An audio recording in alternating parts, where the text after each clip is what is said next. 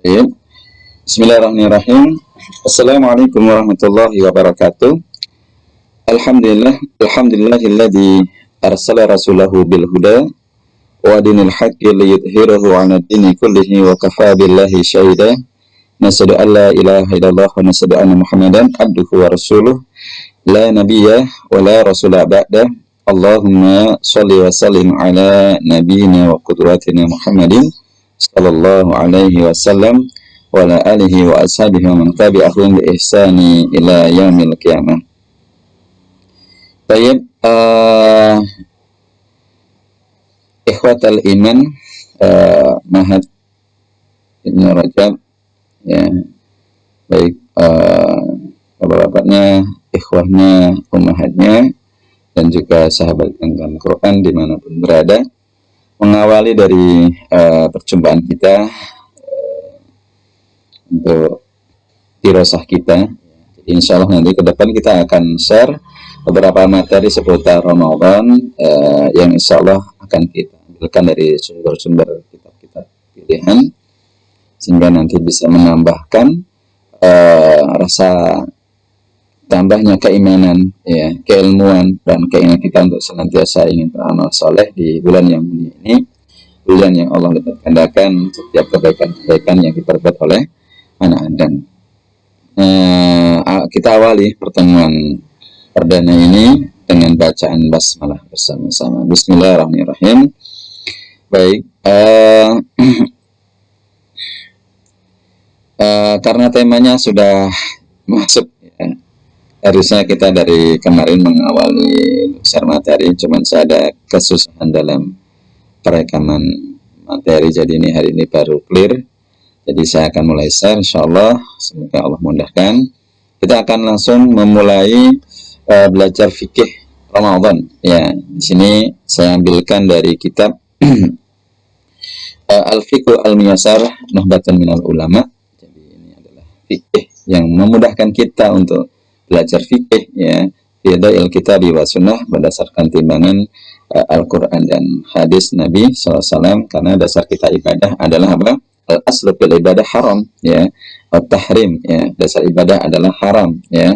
Kita nggak boleh berbuat sebebas-bebasnya, kita nggak bisa berkreasi sebebas-bebasnya, maka harus ada, ya, harus ada dalil yang memang jelas-jelas memerintahkannya. Ila dalil, ya, ala amriha, ya, sudah memerintahkan, maka kita mantap. Maka perintah-perintah itu pasti datangnya dari Al-Quran dan juga hadis-hadis. Insyaallah kita akan membahaskannya. Dan perlu kita ketahui, bab puasa siam ini itu adalah bagian dari apa? Jadi kalau kita belajar fikih itu ada 4 gerbong, ya, 4 bab yang mengklasifikasikan dari materi fikih. Yang pertama adalah pembahasan ibadah, ya. Kemudian yang kedua muamalah, yang ketiga adalah anikah, ya, wa masailuha, anikah wa masailuhu, jadi perkara nikah dan masalah-masalahnya ada khusus istri yang durhaka atau suami yang tidak memberi nafkah, ya, talak dan lain sebagainya, maka untuk itu masuk yang ketiga. Kemudian yang keempat adalah fikul jinayah. Jadi bagaimana mempelajari hukum jinayah, ya, kejahatan, wahudud, ya, dan hukumannya. Ada orang mencuri, hukumannya bagaimana, ada orang korupsi, ya, hari ini yang lebih populer bahasanya, bagaimana hukumannya. Nah, semuanya dalam fikih ini kita pelajari. Nah, puasa ini masuknya dalam perkara fikih ibadah. Nah, biasanya kita ini orang beriman, ya, atau orang muslim di Indonesia rata-rata baru asik belajar fikih ibadah. Sebenarnya masalah fikih ini sangat luas, bagaimana muamalah, itu ada sewa menyewa, ya, kopai, ya, jual beli online dan sebagainya. Hari ini sangat perkaranya berkembang sekali. Kemudian ini dan selanjutnya terakhir tadi apa? Al-jinayah, fikul jinayah. Hari ini kita akan belajar mengawali kitab Syam karena urgensitasnya memang ingin mendalami perkara puasa dan ilmu-ilmunya. Bismillahirrahmanirrahim. Perkara Syam, kitab Syam yastamilu ala khamsati abwabin, ya, jadi mencakup atas 5 bab nantinya dalam kitab ini akan kita bahaskan. Kita lihat di sini al-babul awal, al-babu al-awwalu, bab pertama fi muqaddimati syami wa fihi masailu, ya. Di dalam pengantar, ya, atau muqaddimah puasa, dan di dalamnya ada pembahasan masalah-masalahnya. Al-mas'alatul ula ta'rifus syami wa bayanu arkani.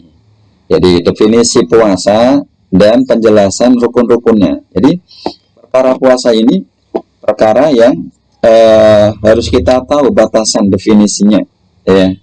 Apa sih sebenarnya puasa itu? Ya, orang Jawa bilangnya poso, opo-opo kerso, nopo-nopo mau, ya.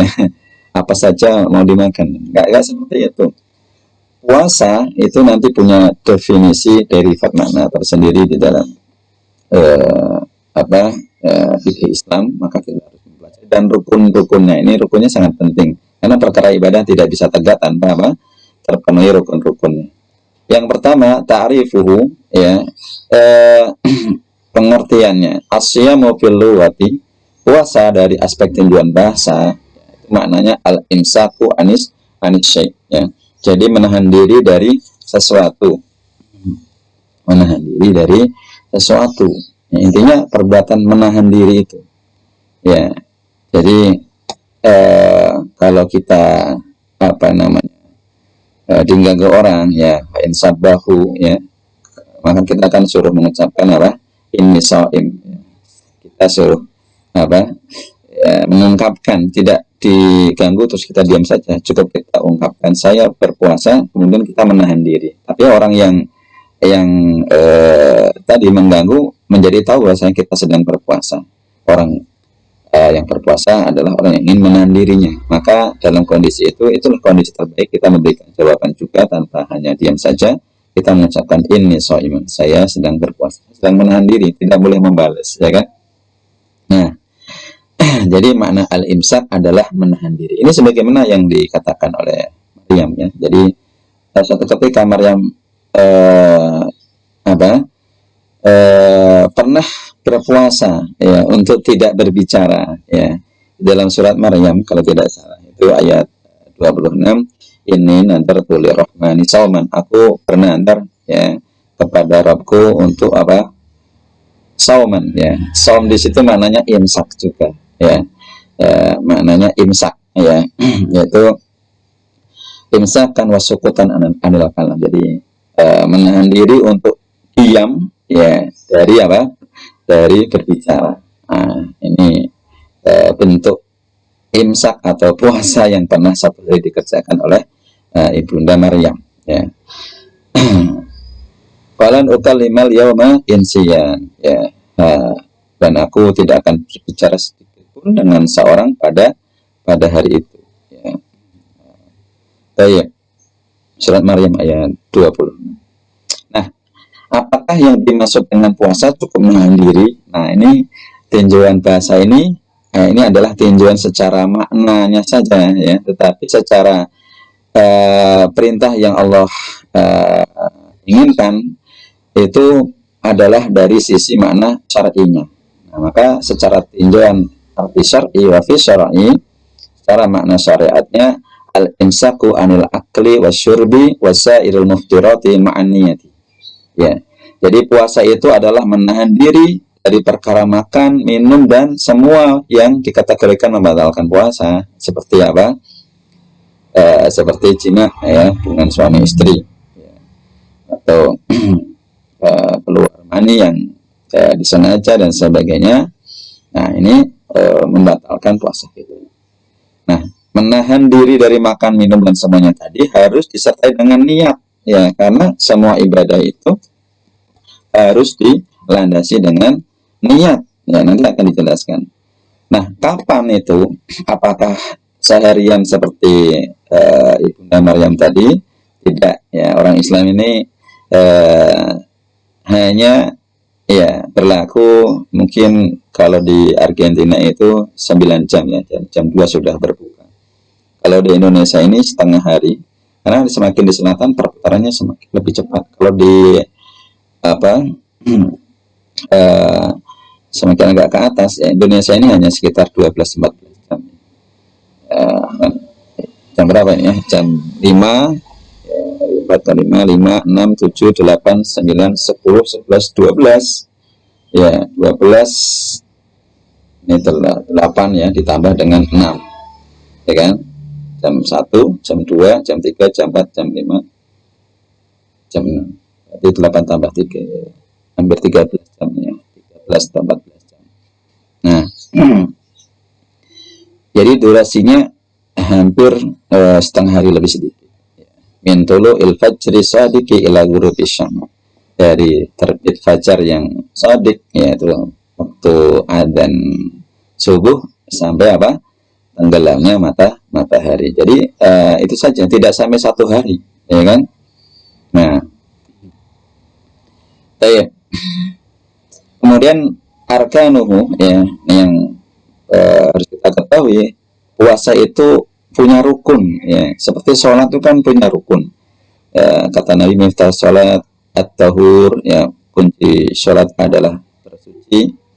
Kemudian apa, wa tahrimuha, takbir yang mengharamkan adalah takbir yang menghalalkan, wa tahliluha at-taslim yang menghalalkan dari aktivitas di luar sholat adalah salam. Kalau sudah salam boleh lagi makan, minum, ngobrol. Tapi kalau sudah takbir tahrim ya, diharamkan semua aktivitas ngobrol, makan sampai kemudian salam. Nah, berarti ada rukun-rukunnya ya kan. Nah, dari niat, takbir dan seterusnya sampai salam. Ada sujud, ada ruku, itu rukun sholat. Nah, puasa ini juga punya rukun ya, nggak sekedar kita kemudian ya pokoknya puasa besok dijalanin sampai nunggu adzan maghrib makan lagi. Ya, ternyata kita harus tahu ilmunya.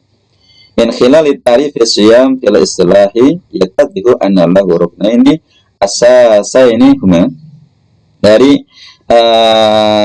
tinjauan ya puasa secara makna istilah, makna syar'i tadi, maka jelaslah bagi kita bahasanya puasa itu apa, memiliki 2 rukun yang pokok ya, yang harus ada dan dikerjakan. Keduanya adalah apa?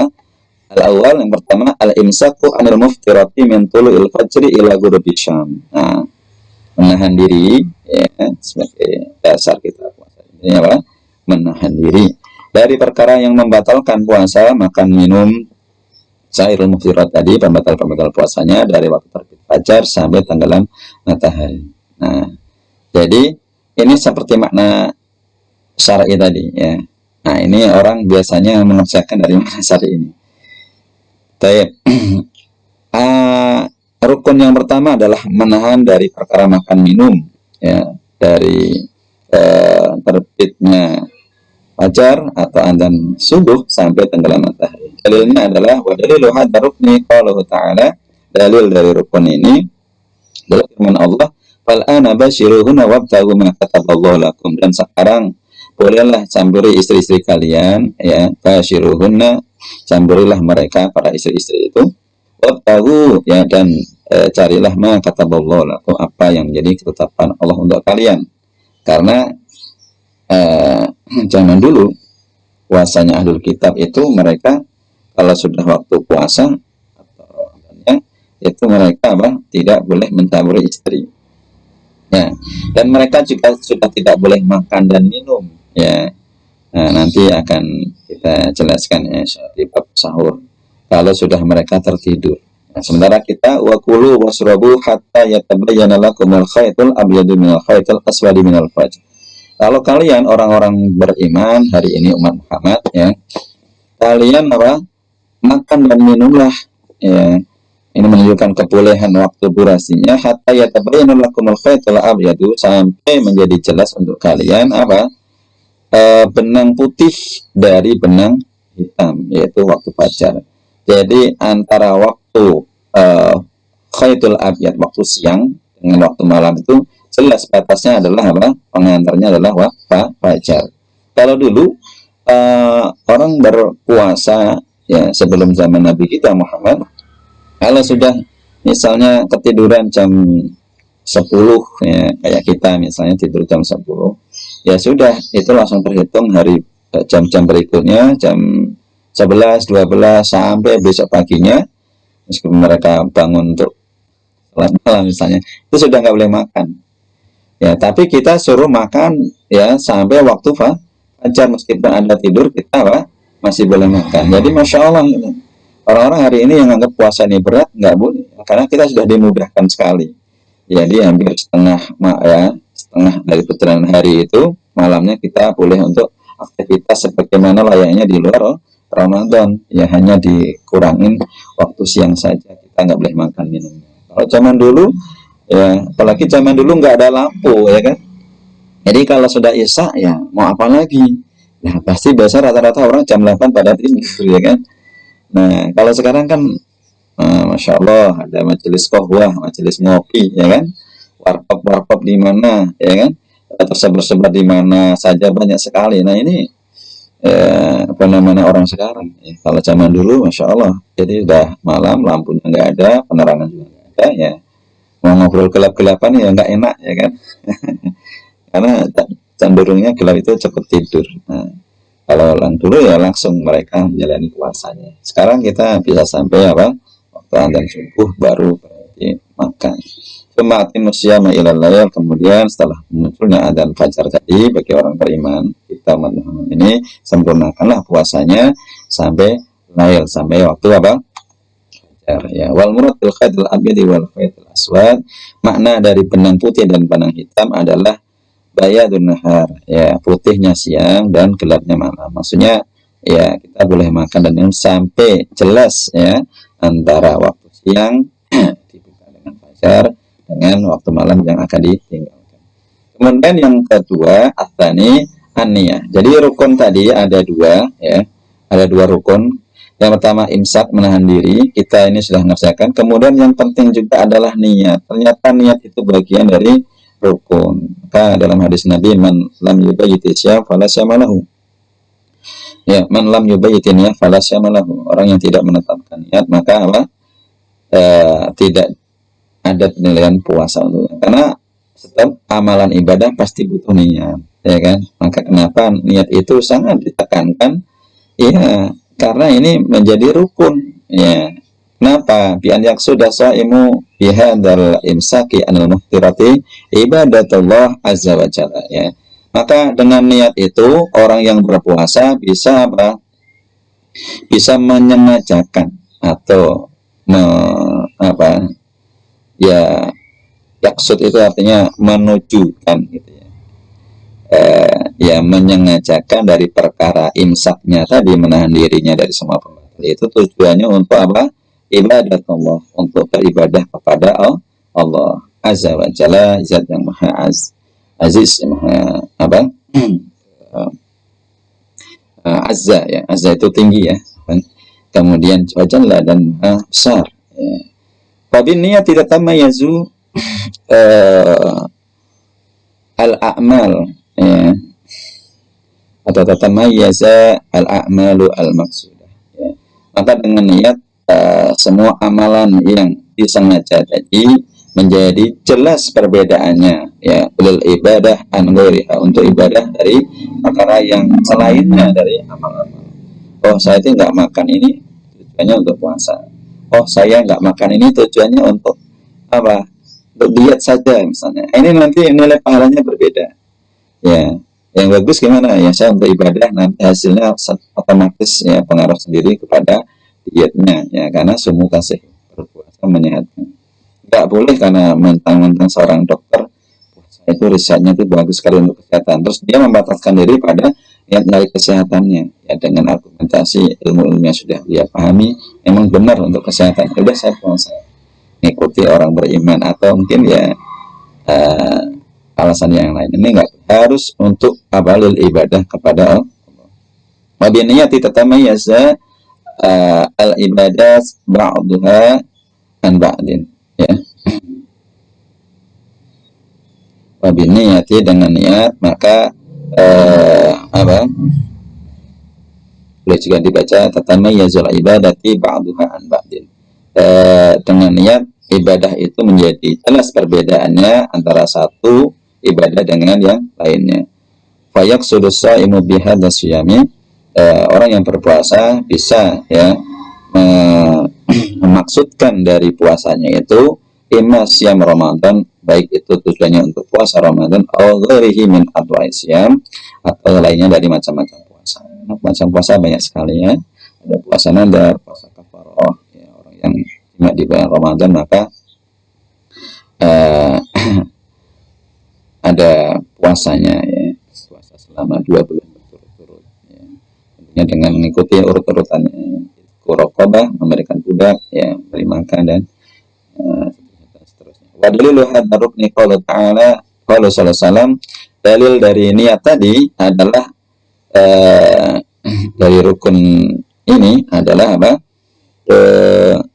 Firman atau sabda Nabi sallallahu alaihi wasallam, innamal a'malu binniyat, ya sesungguhnya semua amal itu tergantung niat, wa innamal likulli imri'in ma nawa, dan semua apa yang dikerjakan anak Adam ya seseorang manawa kembali sesuai dengan yang diniatkan. Masya Allah, ini yang bisa kita sampaikan. Intinya adalah puasa adalah menahan diri ya, dan puasa itu memiliki rukun ya, yang harus kita kerjakan, menahan diri dari semua pembatal puasa dari sisi fajar sampai dalam matahari waktu adzan maghrib. Ya, ini adalah rukun yang pertama, tapi jangan meninggalkan rukun yang kedua meskipun perkara yang sir ya, hendaknya kita tidak meninggalkannya, yaitu niat ya. Maka banyak hadis yang membahaskan ini. Barakallahu fikum. Demikian Abu Umar Imam Qadari menyampaikan. Assalamualaikum warahmatullahi wabarakatuh.